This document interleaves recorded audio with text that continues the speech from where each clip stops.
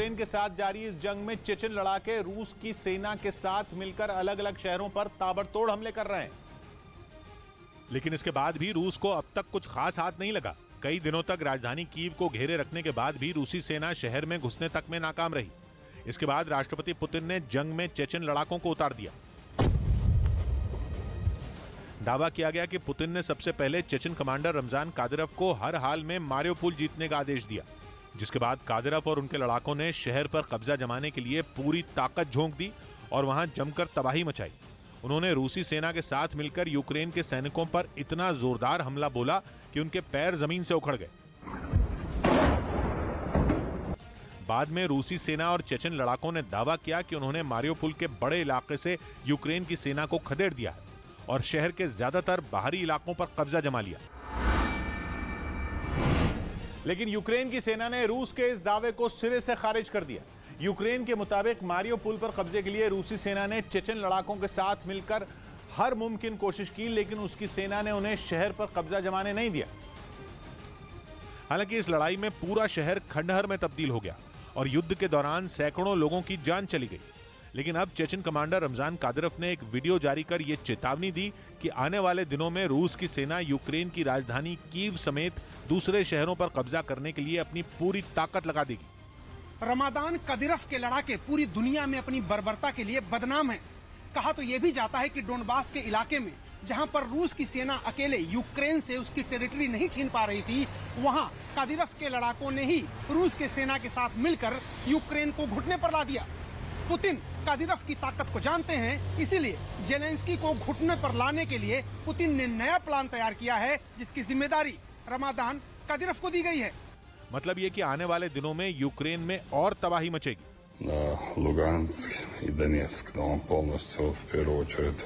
जिस वीडियो के जरिए चेचन कमांडर ने यूक्रेन की सेना को चेतावनी दी, उसमें उनके आसपास कई मैप दिखाई दिए। देखकर ऐसा लगा जैसे कादिरोव यूक्रेन की सेना को मात देने और शहरों पर हमले की रणनीति तैयार कर रहे थे। खबर है कि कादिरोव को पुतिन ने पहले लुहांस्क और डोनेस्क के सभी इलाकों को जीतने का आदेश दिया है। ये दोनों इलाके पूर्वी यूक्रेन में हैं और जंग शुरू होने से पहले ही रूस ने इन दोनों को स्वतंत्र देश घोषित कर दिया था। वहीं रूस के ताबड़तोड़ हमले से यूक्रेन का खार्किव एक बार फिर दहल उठा। वहां के मेयर ने बताया कि रूसी सेना ने बीते 24 घंटे में 60 से ज्यादा बार खार्किव में गोलाबारी की, जिसमें 11 लोगों की मौत हो गई। क्योंकि ये हमले खार्किव के रिहायशी इलाकों में भी हुए।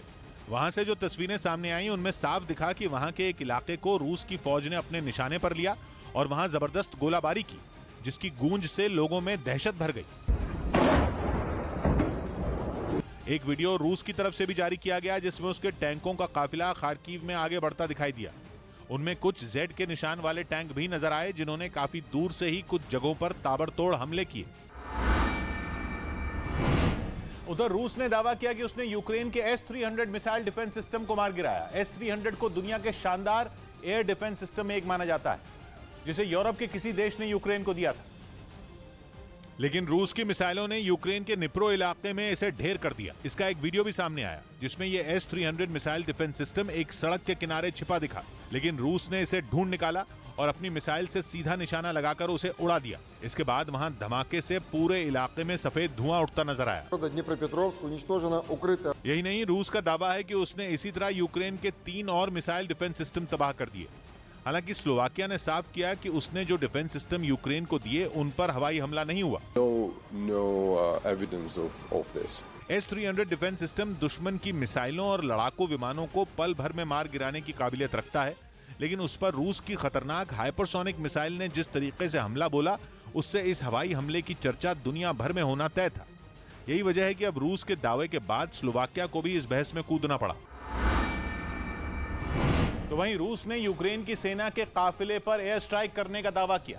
बताया गया कि इस हवाई हमले में यूक्रेन की सेना को काफी नुकसान पहुंचा और इसी हमले के दौरान पुतिन की सेना के लड़ाकू विमान वहां आग बरसाते दिखे, जिससे पल भर में उस इलाके का नक्शा बदल गया, क्योंकि उन्होंने जमीन पर आगे बढ़ रही जेलेंस्की की सेना के काफिले को निशाना बनाया। इसके बाद वहां जबरदस्त गोलाबारी हुई, जिससे वो इलाका धुएं के गुबार से भरा नजर आया। हालांकि हमला कहां और किस समय हुआ ये नहीं बताया गया, लेकिन दावा है कि पुतिन के इन लड़ाकू विमानों ने वहां ऐसी तबाही मचाई कि यूक्रेन की सेना को संभलने तक का मौका नहीं मिला। इतना ही नहीं, कहा तो यह भी गया कि इस हमले में यूक्रेन की सेना को काफी नुकसान पहुंचा उसकी कई बख्तरबंद गाड़ियां और आधुनिक हथियार कुछ ही देर में कबाड़ हो गए। उधर यूक्रेन में जारी भीषण जंग के बीच रूस ने अपने ताकतवर मिसाइल सिस्टम इस्कंदर से हमले तेज कर दिए। असल में इस्कंदर मिसाइल को साल 2006 में रूसी सेना के बेड़े में शामिल किया गया था और इसी मिसाइल से जेलेंस्की की सेना को फिर निशाना बनाया गया। रूस ने दावा किया कि इस मिसाइल के जरिए सटीक निशाना साधकर यूक्रेन के कई अहम सैन्य ठिकाने तबाह कर दिए गए। इस हमले से पहले रूसी सेना के जवान इस्कंदर मिसाइल सिस्टम को सही पोजीशन पर लाते दिखे। फिर वो एक खाली मैदान में पहुंचे जहां उन्होंने सबसे पहले हमले से जुड़ी सभी तैयारियों को परखा। इसके बाद जैसे ही रूसी सैनिक ने बटन दबाया, मिसाइल हमले के लिए तैयार हो गई। फिर तेज रोशनी उठने के साथ ही मिसाइल अपने दुश्मनों के ठिकाने की तरफ उड़ान भरती नजर आई, जिसने यूक्रेन की सेना को काफी नुकसान पहुंचाया। 17 साल पहले रूस ने इसे यूं ही अपने बेड़े में शामिल नहीं किया था, क्योंकि कहा जाता है कि इसके जरिए 500 किलोमीटर की दूरी से दुश्मन के ठिकानों को निशाना बनाया जा सकता है। इतना ही नहीं, यह मिसाइल करीब 700 किलो विस्फोटक लेकर उड़ान भर सकती है, जो किसी भी बड़ी इमारत और सैन्य ठिकाने को तबाह करने के लिए काफी है। और जरूरत पड़ने पर इस मिसाइल के जरिए परमाणु हथियार भी लॉन्च किए जा सकते हैं। इस बीच पुतिन की फौज ने दावा किया कि उसने यूक्रेन की सेना को हवाई हमले में भारी नुकसान पहुंचाया। इस हमले से जुड़ा एक वीडियो भी सामने आया, जिसमें एक फैक्ट्री के पास सड़क पर बख्तरबंद गाड़ी खड़ी दिखी। सब कुछ ठीक चल रहा था, तभी आसमान से एक बम गिरा और गाड़ी के परखचे उड़ गए। विस्फोट इतना जोरदार था कि देखते ही देखते चारों तरफ धुएं का गुबार छा गया। रूस ने दावा किया कि उसके हमले में न सिर्फ यूक्रेन की बख्तरबंद गाड़ी तबाह हुई, बल्कि उसमें बैठे सैनिक की भी मौत हो गई। रूस की सेना ने जिस जगह बम गिराया उसी के ठीक बगल में एक फैक्ट्री भी दिखाई दी। बताया गया कि यूक्रेन के सैनिक यहां से छिपकर रूसी फौज पर हमले कर रहे थे। उधर यूक्रेन के चर्निव में रूसी सेना के जाने के बाद चारों तरफ बर्बादी के निशान दिखाई दिए। बेलारूस के रास्ते इस इलाके में आकर रूसी सेना ने भारी तबाही मचाई थी और कई दिनों तक कब्जा करने के बाद हाल ही में उसने चर्निव को खाली कर दिया, जिसके बाद न्यूज 18 की टीम चर्निव पहुंची, जहां रूसी बमों और मिसाइलों के हमलों की निशानियां बिखरी पड़ी थी। रूसी सेना ने वहां इतने बड़े बड़े बम बरसाए कि जगह जगह जमीन में कई फीट तक गड्ढे हो गए। वहां का एक स्टेडियम तो रूसी हमले में पूरी तरह तबाह हो गया। मैदान में कई गड्ढे नजर आए तो दर्शकों के बैठने वाली जगह पर मलबे का ढेर दिखाई दिया। स्टेडियम में ऐसी कोई चीज नहीं दिखी जो सही सलामत हो। इसी तरह चर्निव के कई दूसरे इलाकों को भी रूस ने बर्बाद कर दिया। बमबारी में सैकड़ों मकान ढह गए तो कुछ जगहों पर इमारतों के साथ बड़े बड़े पेड़ भी पुतिन की सेना के ताकतवर बमों का निशाना बने। बड़े बम जो है वो बहुत सारे इलाकों पर गिराए गए हैं और इस तरह के कई गड्ढे हमने देखे हैं। रूसी सेना के जाने के बावजूद चर्निव के कई इलाके में सन्नाटा पसरा दिखाई दिया। इस बीच खबर है कि रूस की मदद के लिए चीन ने गुपचुप तरीके से अपनी मिसाइलें सर्बिया भेजी। सर्बिया को रूस का सहयोगी देश कहते हैं। यूक्रेन में जंग की शुरुआत के बाद उसने खुलकर पुतिन का साथ दिया था और अब खबर आई कि चीन सर्बिया के रास्ते रूस की मदद कर रहा है। कहा जा रहा है कि ट्विटर पर शेयर किया गया ये वीडियो इसका सबूत है, क्योंकि इसमें आसमान में चीन का Y-20 विमान उड़ता दिखा और दावा किया गया कि चीन का ये विमान सर्बिया पहुंचा, जिसके जरिए चीन ने खतरनाक HQ-22 मिसाइलें भेजी। मतलब ये कि शी ने सर्बिया के जरिए पुतिन को मदद भेजी, क्योंकि ये सबको पता है कि सर्बिया रूस का दोस्त है। और कहा जा रहा है कि चीन ने जैसे ही देखा कि पश्चिमी देशों का ध्यान यूक्रेन पर है, उसने मौके का फायदा उठाया और सर्बिया से गुपचुप डील कर ली। कहा जा रहा है ट्विटर पर इसी डील की हकीकत सामने आई। वहां Y-20 विमान की एक दो नहीं बल्कि कई तस्वीरें शेयर की गईं और दावा किया गया कि चीन ने 6 विमान सर्बिया भेजे, जो अपने साथ HQ-22 मिसाइलें लेकर पहुंचे।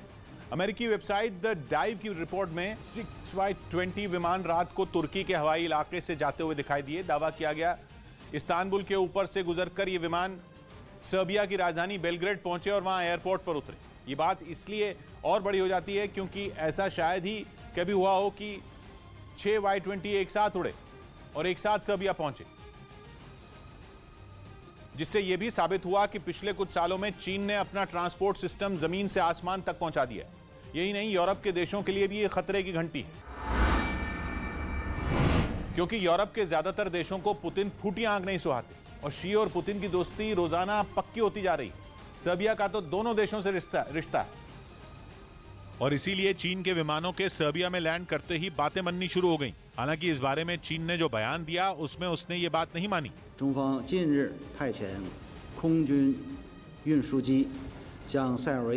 लेकिन जैसा चीन का रिकॉर्ड है, उससे इस बात पर यकीन करना मुश्किल है। चीन का कहना है कि दुनिया उसे सुपर पावर के रूप में नहीं देखती, इसीलिए उसने सर्बिया को हथियारों का जखीरा भेजकर पूरी दुनिया को यह संदेश दिया है कि उसे नजरअंदाज नहीं किया जा सकता। क्योंकि माना जा रहा है कि ये चीन की वायुसेना की ओर से विदेश में किया गया अब तक का सबसे बड़ा अभियान है, खासतौर पर तब जब पुतिन के मुद्दे पर शी और बाइडेन में रोज कहासुनी हो रही है। पिछले हफ्ते ही अमेरिका ने चीन को चेतावनी दी थी कि अगर उसने रूस का साथ दिया तो अच्छा नहीं होगा। कहा जा रहा है कि इसीलिए ड्रैगन ने पर्दे के पीछे से खेलने का प्लान बनाया। सर्बिया से हथियारों का लेन देन वो आज से नहीं बल्कि कई साल से कर रहा है। माना जा रहा है कि उसने उसी लेन देन की आड़ में वहां HQ-22 मिसाइलें भेजी, जहां एक सरफेस टू एयर मिसाइल है। इस मिसाइल को चीन की पुरानी HQ-2 मिसाइल को अपग्रेड करके बनाया गया है। चीन ने 2016 के जोहाई एयर शो में इस मिसाइल का प्रदर्शन किया था और वही वक्त था जब चीन की इस ताकतवर मिसाइल को दुनिया ने देखा था, जो जमीन से हवा में मार करती है। यानी जब मिसाइल जमीन से हवा में दागी जाती है तो वो सीधे अपने टारगेट पर हमला करती है और उसका खेल वहीं खत्म कर देती है। HQ-22 मिसाइल की रेंज 170 किलोमीटर है, मतलब ये कि 170 किलोमीटर दूर तक ये मार कर सकती है और इसका वजन होता है 300 किलोग्राम। यही नहीं, ये मिसाइल 180 किलोग्राम वजन उठाकर हमला कर सकती है और इसे दिशा देने के लिए रेडियो कमांड की जरूरत पड़ती है। यही सारी खूबियां हैं जो इस मिसाइल को खतरनाक नहीं बल्कि बहुत खतरनाक बना देती हैं। और इसीलिए जब यह खबर आई कि चीन ने सर्बिया को यह मिसाइल भेजे हैं तो पश्चिमी देशों के कान खड़े हो गए। कुछ समय पहले ही पश्चिमी देशों ने सर्बिया को हथियार दिए जाने पर चिंता जताई। सर्बिया ने साल 2019 में चीन से FK-3 मिसाइल सिस्टम खरीदा था, जो चीन और इस यूरोपीय देश के बीच बढ़ते संबंधों का सबूत था। यही नहीं, ये खबर ऐसे समय में आई जिसके कुछ दिन पहले ही चीन ने सर्बिया के राष्ट्रपति को फिर से चुने जाने पर बधाई दी। रूस के राष्ट्रपति पुतिन भी उन कुछ चुनिंदा नेताओं में शामिल थे जिन्होंने सर्बिया के राष्ट्रपति को इस महीने बधाई दी। चीन ने सर्बिया में अरबों रुपए लगाए हैं, जबकि पश्चिमी देशों के साथ सर्बिया का रिश्ता 2 दशकों से खराब रहा है। सर्बिया दक्षिणी पूर्वी यूरोप का एक देश है जो 1990 में यूगोस्लाविया के टूटने पर बना था, लेकिन वहां हालात खराब हो गए थे, जिसके बाद उसने चीन का हाथ थाम लिया था। उधर मारियोपोल में रूस और यूक्रेन की सेना के बीच जबरदस्त जंग चल रही है। पिछले कई दिनों से इस शहर पर रूस की फौज कब्जा जमाने की कोशिश में है, लेकिन यूक्रेन की सेना उन्हें हर मोर्चे पर मुंह तोड़ जवाब दे रही है।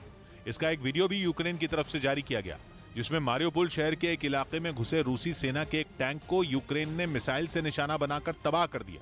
टैंक पर जैसे ही मिसाइल गिरी, वहां जोरदार धमाका हुआ और फिर धूल और धुएं का गुबार चारों तरफ छा गया। थोड़ी देर बाद वहां से कुछ ही दूरी पर मौजूद एक और रूसी टैंक को यूक्रेन की सेना ने उड़ा दिया। आसमान से ली गई तस्वीरों में मिसाइल हमले के बाद टैंकों के परखचे उड़े दिखाई दिए। इस लड़ाई के दौरान वहां कई और रूसी टैंक भी नजर आए, जो यूक्रेन के सैनिकों पर कहर ढाते रहे। लेकिन जंग के दौरान रूस के इन टैंकों को भी यूक्रेन की सेना ने ठिकाने लगा दिया। इसी तरह का एक और वीडियो भी यूक्रेन की तरफ से जारी किया गया और उस वीडियो में मारियोपोल के बाहरी इलाके की एक सड़क पर रूसी फौज के कई टैंक हमले के लिए तेजी से आगे बढ़ते दिखे, लेकिन थोड़ी ही देर बाद यूक्रेन के सैनिकों ने उन पर बमबारी शुरू कर दी। इस हमले में कुछ टैंक तबाह हो गए, जबकि कई टैंकों से धुआं उठता दिखाई दिया। इस बीच हवाई हमला कर यूक्रेन की सेना ने एक और टैंक को ध्वस्त कर दिया। इस भीषण युद्ध के दौरान रूस की तरफ से भी यूक्रेन को करारा जवाब दिया गया। सबूत के तौर पर रूसी सेना ने एक वीडियो जारी किया, जिसमें उनका एक टैंक अपने दुश्मनों पर ताबड़तोड़ गोलियां दागता नजर आया। बाद में रूसी सेना का वो टैंक यूक्रेन के सैनिकों को ढेर करने के बाद तेजी से शहर में दाखिल हो गया। वहीं यूक्रेन के कुछ जवान यूके की मिसाइल से रूस के एक ड्रोन को मार गिराने के बाद खुशी से झूम उठे। कहा जा रहा है कि पुतिन की सेना ने जासूसी के इरादे से खार्किव में अपना यह ड्रोन भेजा था, जिसे यूक्रेन की सेना ने हवा में ही ढेर कर दिया। अपनी इस कामयाबी पर सैनिकों के चेहरे खिल गए। इस दौरान जंग के मोर्चे पर तैनात कुछ जवान तालियां बजाते हुए दिखे।